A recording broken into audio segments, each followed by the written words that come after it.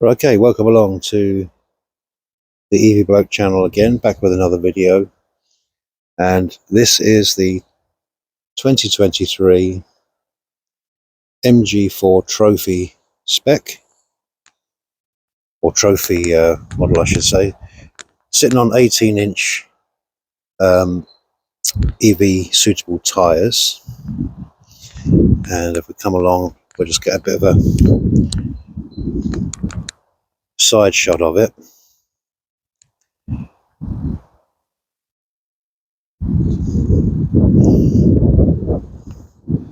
Come round to the back.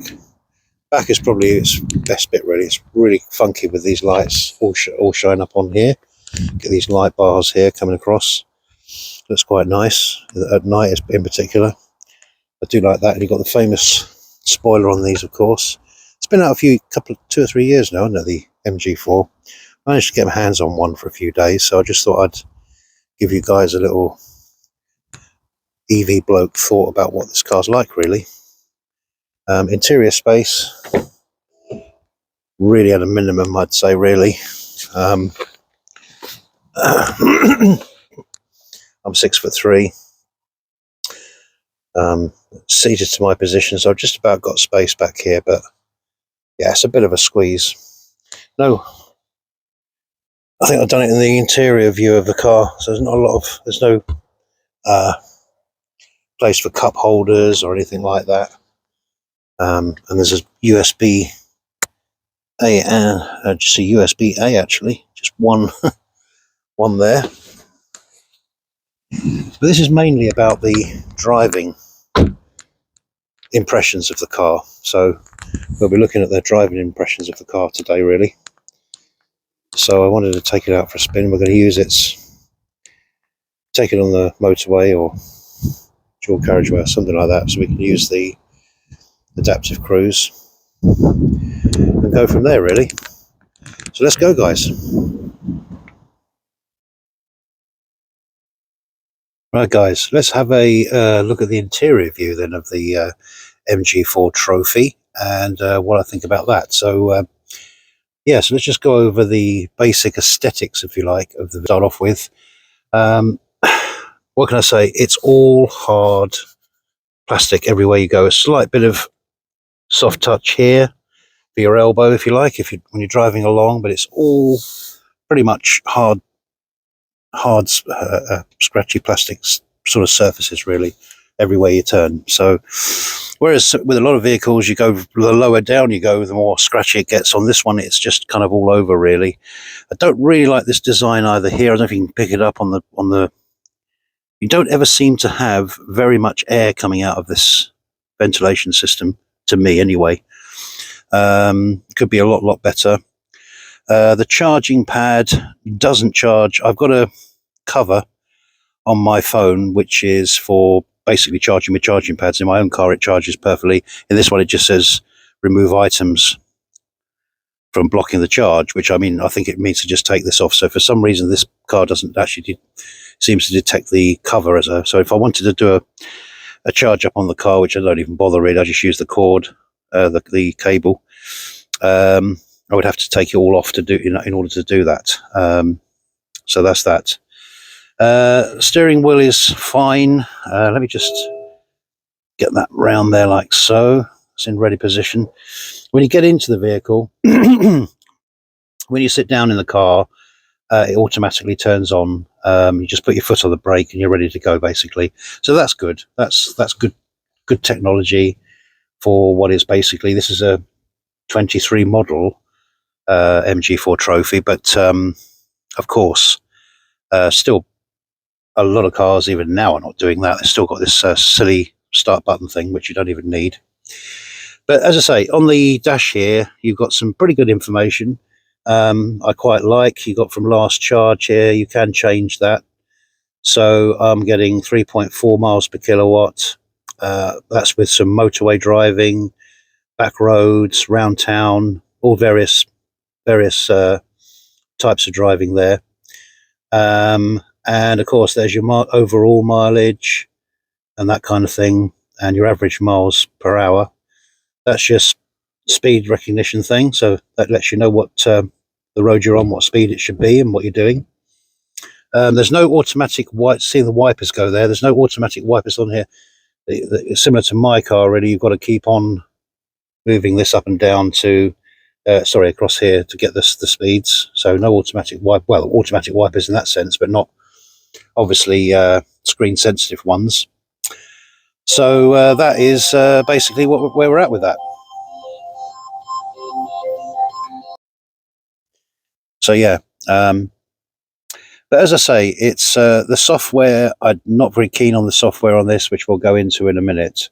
But that layout there is pretty good. I quite like it, actually. It's very, very efficient, this car, I have to say. It doesn't have a huge amount of mileage at sort of 80 to 100%, but it just goes down very minimally. And I like that about this car. So the efficiency I've got no complaints with. Obviously, the shape of it and everything, as we saw in the walk round, it's very aerodynamic in its shape. So it's pretty good on efficiency, and that's one thing I do like about this car. But going back to the interior side of things, this nice steering wheel. Yeah, I quite like the steering wheel, actually. No issues there. It's nice to hold. It's a nice sporty-ish feel to it as well. It's two-spoke, of course. And this is a sporty feeling car in general, really. Even in eco, you know, it picks up well. So there's no sort of problems on that way. So it's a very minimalist look, really, of course. As you look around it, it's just got the center console and this here, which is your driver mode. So you've got your drive, neutral, and reverse, and then you've got your park there, which this doesn't have, or I can't find it. Doesn't seem to have brake hold. So you have to be a bit careful. I've had to be a bit careful at traffic lights. So that go to relax my foot off the brake and then suddenly inch forward, which in this car, inching forward is going quite quickly forward because, like I said before, it's a fairly pokey car. So picks up quick.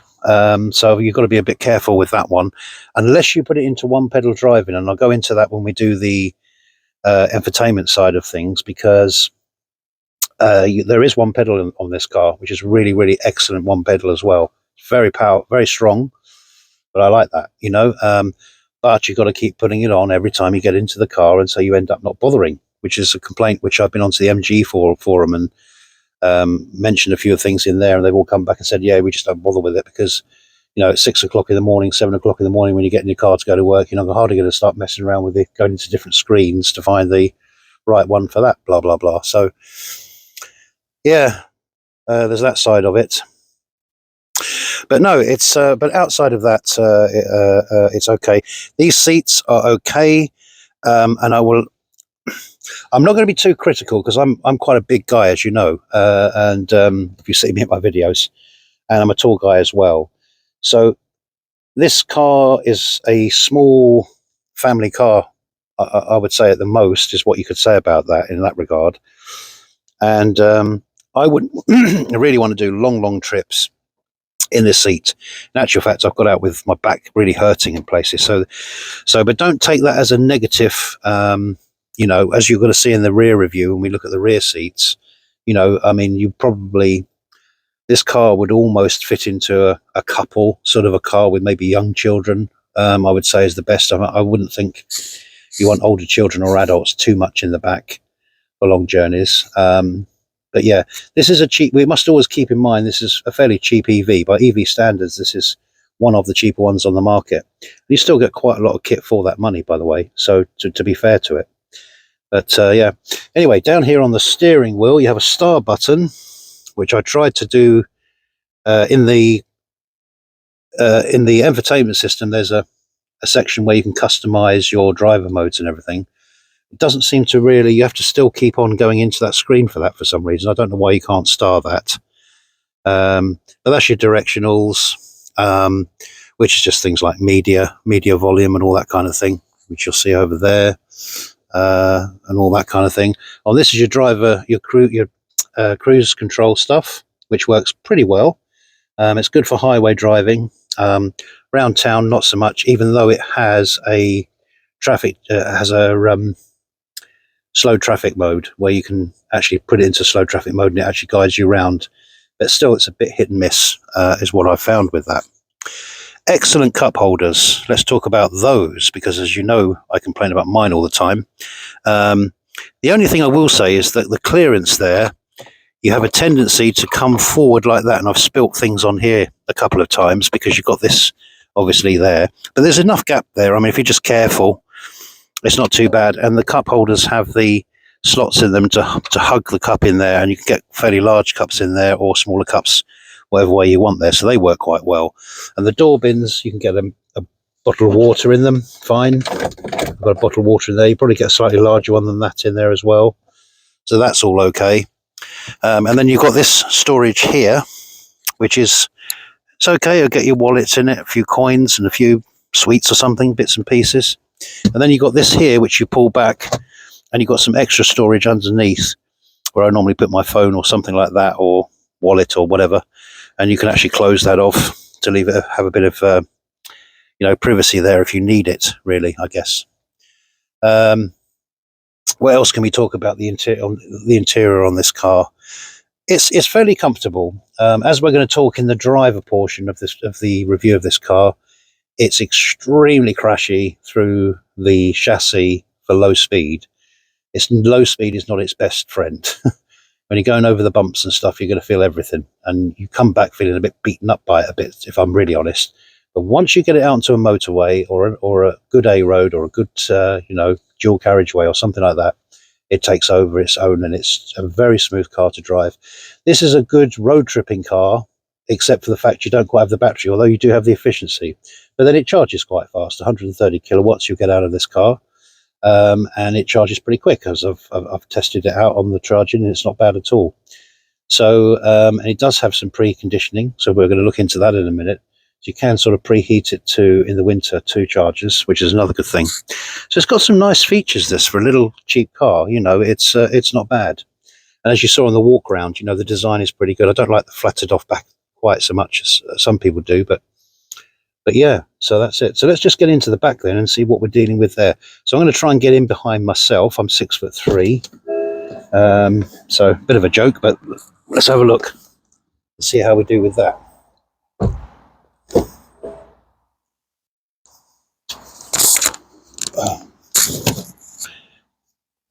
Right, so that's me behind myself. I've got actually no leg room at all. It's also very dark back here, and there's no lighting back here. There's no sunroof, and there's actually no lighting, which is kind of a bit of a miss, I think, really. It can't have cost too much to actually put lighting back here, I would have thought. Just even one central light there would be something. But it is quite dark. It's quite a dark interior anyway. So you feel a bit dark and a bit gruesome back here, if I'm really honest. But yeah, not enough leg room for me, really. I would be very uncomfortable on anything more than just a short run to the shops or something. But I'm quite tall. I mean, someone of a more average height to my height would probably feel a bit more comfortable back here. I don't know. But I think you're really looking at young children. The ISOFIX points are just here, by the way. I don't know if there's any in the front. We'll check that when we get back in the front. I didn't check that, actually. I should have done. But there is no central drop down here for cup holders and stuff, which is another miss, especially considering the door bins are very tight in here. I don't even know if you'll get a bottle in there, really. It's so small. So that's a bit of a miss. And then you've got a USA port, I think that is, as well. And there's just one. So not even 2, which you generally tend to find. And there's a little tray down there for putting your phone or something. Bits and pieces down there. Virtually flat 4, but not completely. Someone could sit in the middle, I guess. But if you've got 3 children along the back here, it wouldn't be much of a problem. But in general speaking, no, I wouldn't advise that. Anyway, let's jump up the front, and we're going to have a look at the infotainment system now and take a little walk through that. And then we're going to take it out for a drive.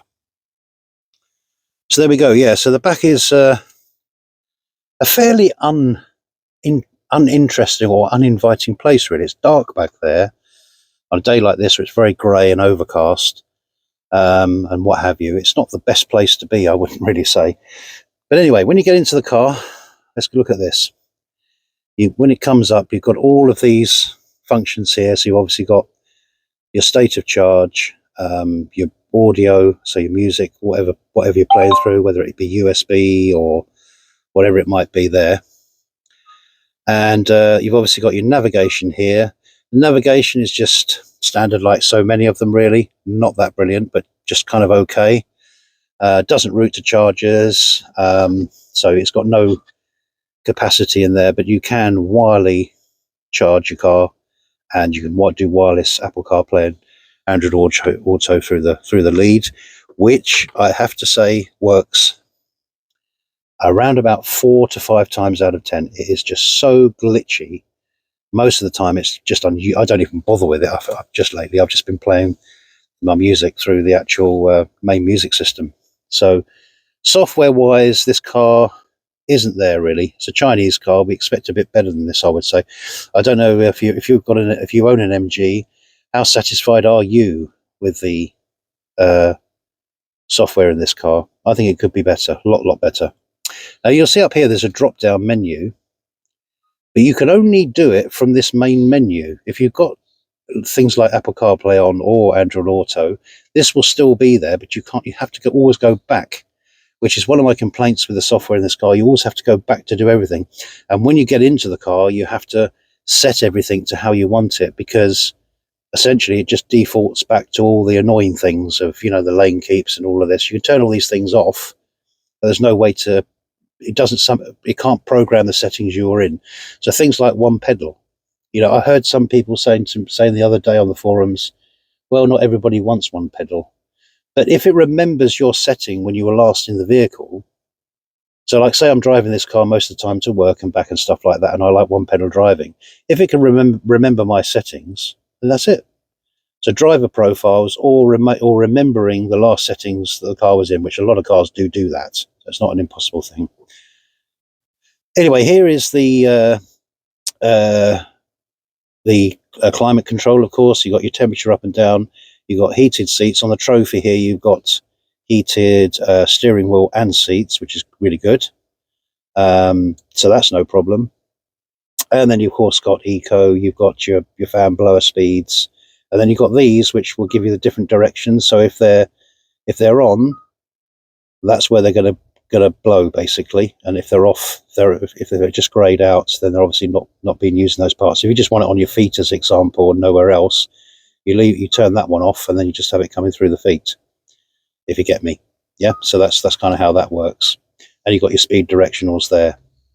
So that's all pretty okay. I've not had really any problems with that or issues with that.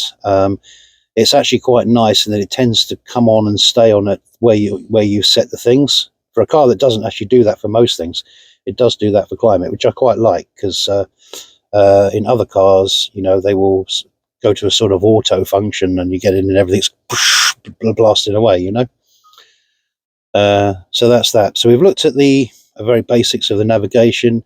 It will take you places, but it's got no intelligent use of there's no relationship between the battery and the car, so you can't route to a charger. It doesn't know what percentage you've got or anything like that. So it's, it's just a navigation system in its basic form.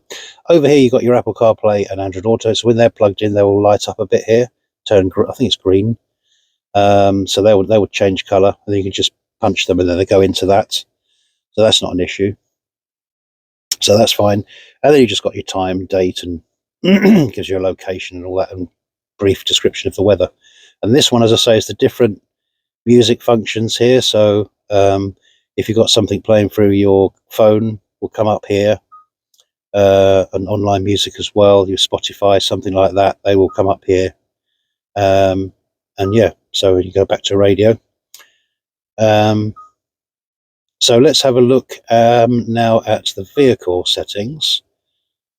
So here we go. So we're into the driver modes and all that sort of stuff. Now all of these are configurable, but they default back to this setting, which is normal for driving modes and high energy recover. Now you can adaptively do it by clicking on there, and you can go in and you can set it all up yourself how you want it to be and all that kind of stuff, but I just find that it just defaults back all the time. Here's your one pedal driving. So when you have that on, you get the one pedal. It's very aggressive on this car. It's the most aggressive I think I've felt on a car, really. It's really sharp, but you soon pick it up. You soon get used to the fact that that sort of muscle memory in your brain defaults to it, and you're sort of less, when you're coming up to a roundabout or something like that, as you take your foot off the accelerator, you're not so aggressively taking it off as in a car where you don't have a lot of regen. Your sort of brain starts picking it up, and you just take it gently off, and you manage to bring it down to a slow stop. But I really like the one pedal on here, especially for around the towns and stuff like that.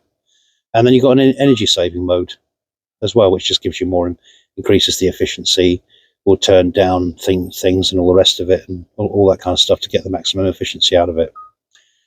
But I know it's not much of a thing to do, but why can't that just stay on? And then, or have a profile setting so that when it's so that I can actually just sort of set everything up as to how I want it, you know. And then you've got the MG Pilot, so the driver assistance, so it's either off, you've got adaptive cruise control, and you've got traffic jam assist. Now, traffic jam assist is for slow, when you're going around slow traffic, that kind of thing. It will just do the stop-start thing, and just by touching the accelerator, and off you go. Traffic sign recognition, lane keep assist, which I normally turn off because it's so annoying. But this is quite bad on this car as well, because it will give you a bit of a jerk. A front collision I always leave on, and then obviously you've got your anti-brake thing there. Sensitivity to the alerts, I've got it on medium, probably put that on low, to be honest. Rear driving assistance, I don't know quite what that is actually, really. Rear driving assistance system. I think it's probably to notify something to do with the rear end there. Blind spot detection, of course, so on the mirrors, as you see on a lot of cars now, you've got a little orange sort of emblem that comes up to let you know that cars are coming near you or overtaking you, or that kind of thing. So that's pretty good. Open door light, you can change all of these, you know. Rear collision warning. So a driver attention system, so it'll let you know if your eyes are going off the wheel, all that kind of stuff. So that's that, yeah. So that's basically your driver's assistance stuff. It works okay on the motorway, as they're really designed to do. Let's be honest about it. Adaptive cruise control is when you're on a long journey, and this is not meant to be self-driving autonomy here. It's meant to be an assistance to you on long journeys, really. If you know, to just take that bit of pressure off you, keeping your foot at 1%, you know, trying to keep it at 70 miles an hour on a motorway or whatever, that's quite hard to do. You can just set all that and it does it. It keeps it really in the lane quite well along a motorway. And this car does it, you know, much the same as a lot of the others, really. Actually, I think it's quite a good one. Then you've got your auto fold. On the bottom spec, I found out that you don't even have auto fold mirrors, which is kind of weird. And auto door lock, so doors will automatically lock. And then you got to unlock the door using the key, and that's all. Or you could have it on just drivers or all. I was just on all. That's how I've had it in the time I've had the car. Like I say, I've got this as a loaner just for a couple of weeks for me to just try out and test and have a feel for. So I'm really appreciative of that. Lighting. So welcome lights, on and after unlocked. So basically that's just, you know, obviously when you approach the car, when you unlock it, when you unlock the car, you've got the paddle lights that shine down to the road. And so that's okay. Follow me home lights, which I don't have on, and then the automatic high beam, so that will change automatically, obviously on dark roads. Now this will work, in my experience of it, around, it's just a little bit, it actually works, but it's just a little bit slow, I find, in changing. So I've had a few people flash me where it's taken a bit of time to cross over, is because obviously the driver oncoming thinks I've just got my headlights on and I'm not going to bother changing it. So they obviously let you know with a quick flash or whatever, and then it'll dip. And then other times it'll do it much quicker. It's just a bit weird. It's a bit temperamental, I'd say, on that one. I'd say on my own personal vehicle, it's a lot better than this in that regard. So yeah, that can be a little bit, annoying really. And then you got Find My Car, so you can have different responses to that if you're in a busy car park. I guess on the app you could probably, when you're trying to find your vehicle, it'll start flashing at you when you press that. So it's on flashing here. I've not obviously used that really for the context of what I've got this car for. And then you just got your safety systems there, really. Telephone is just your call history, address book, and all that. When you get in, set it all up, it will come up over there. So that's it, kind of easy, and that's really basically it. So it's a very basic system in a lot of regards, but it's, it does what it does. It does what it says, if you like, and so that's where it is. But and as I say, you've got this tile. You can flick this over, and it brings up all of this. So, but it's just basically a there's on EV routes there. Let's have a look at that. I've not actually delved into that one very much. EV route seems to just bring up the it just brings up that really, and the navigation. So we've gone over phone. Let's have a look at video. That's the cameras, I guess. Seems to have 360 cameras on here. Oh no, insert flash drive. Oh no. I'll have to probably go home there now. Vehicle we've looked at, that gives you that. Settings, let's see what we can find in settings. So yeah, your brightness, that kind of thing. When I first got the car, it was set really low, and I thought, gosh, the lighting in this car is awful on the entertainment system. Then I found this one and hired it up. It was just kind of too low. You can keep it on auto as well. You can got dark and light mode. For your clock, 24-hour phone. Use GPS time, of course. Got it set to miles. Show clock preview. That's a preview of the clock. So that's that. And then you've obviously got over here your Bluetooth connections, wireless connection, vehicle hotspots, which is quite good. And then obviously stuff to do with the maps and that kind of thing. So yeah, it's all, it is what it is. It's a basic system that does most things okay. Doesn't do anything brilliantly, I wouldn't say. But as I say, I mean, the main thing for me is obviously using the Apple CarPlay and stuff, because I like that for my maps really, more than anything, because I know that most of these cars just are not up to standard with their navigations. That's what I found out. And this connects, as I say, and I put a high quality lead on here because it does mention about having a high quality lead, otherwise it doesn't work properly. And this has got a high quality lead. So yeah. So that's it, guys. That's the interior view and a little bit walk through the entertainment side of the MG Trophy 2023. So we're now going to take it out on the road, and we're going to give you some driving dynamics of how the car feels. And there's good and bad in that, more good than bad, I'd say. And then we'll have a reflection on the price of this car, where it fits in the market, and should you buy one. Right, okay, guys. So this is the driving impressions then of the MG4 Trophy spec, which is like the mid spec of the car.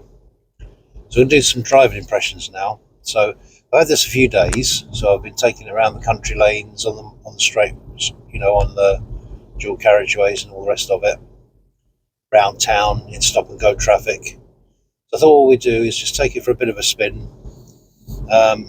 It's got fantastic acceleration, no two ways about that. It says 0 to 60 in 7 seconds. I would debate that.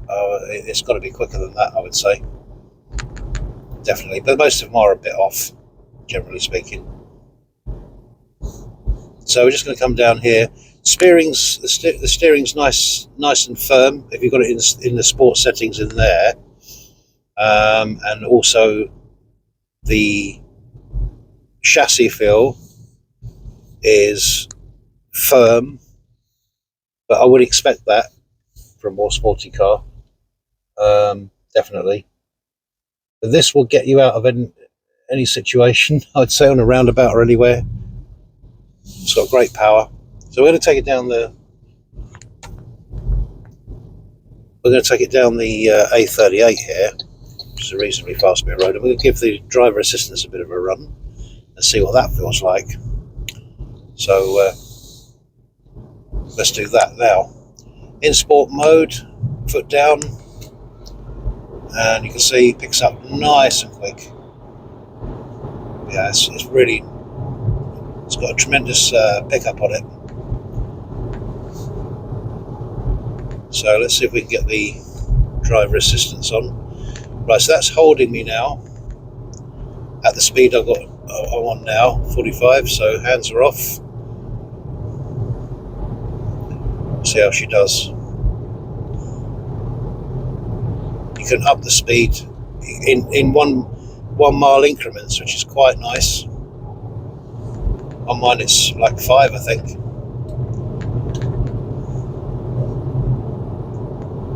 Just got my hand near the wheel.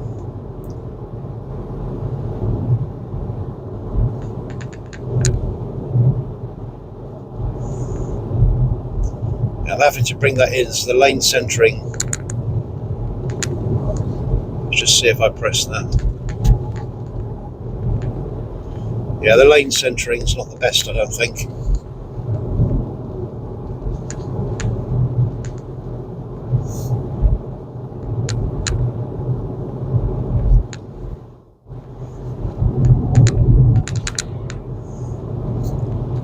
In fact, it's awful. Lane centering is not really doing anything, but it's holding it at the speed. As I say, no lane centering. Just bring that off a minute because there's a lorry there.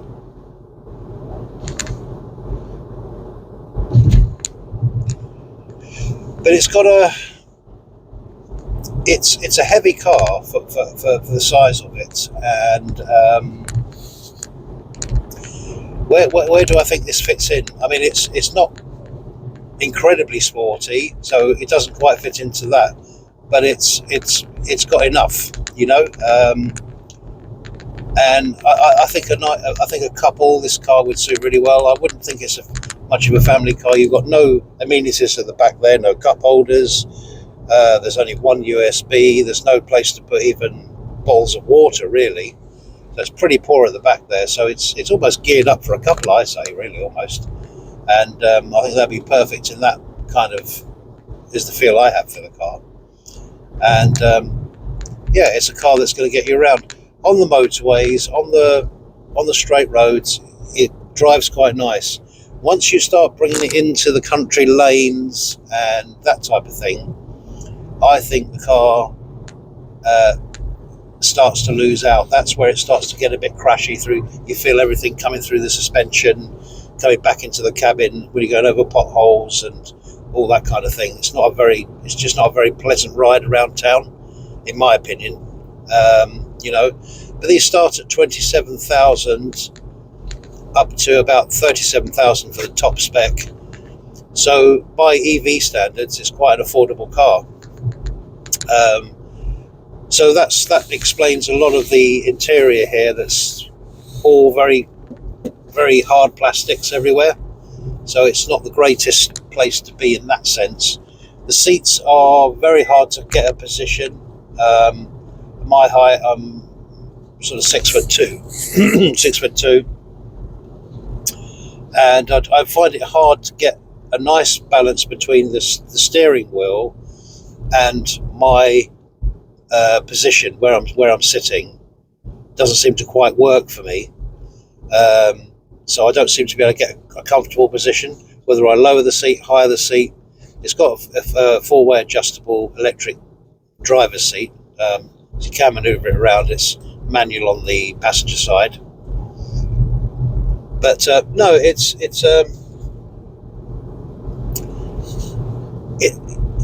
a good electric car for a couple, I would say, is where I place it.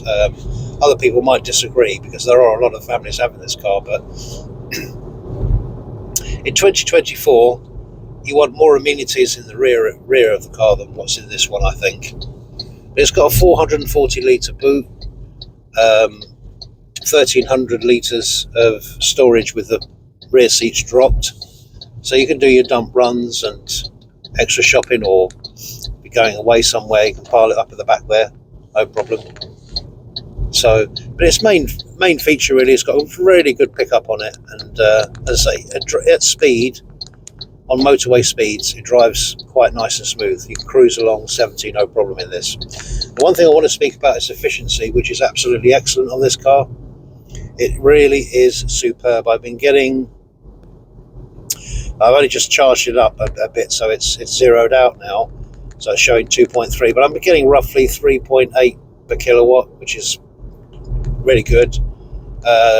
Living around here in the Cotswolds, where you've got hills and lots of rain, tend to have, so lots of elevation, lots of those competing factors.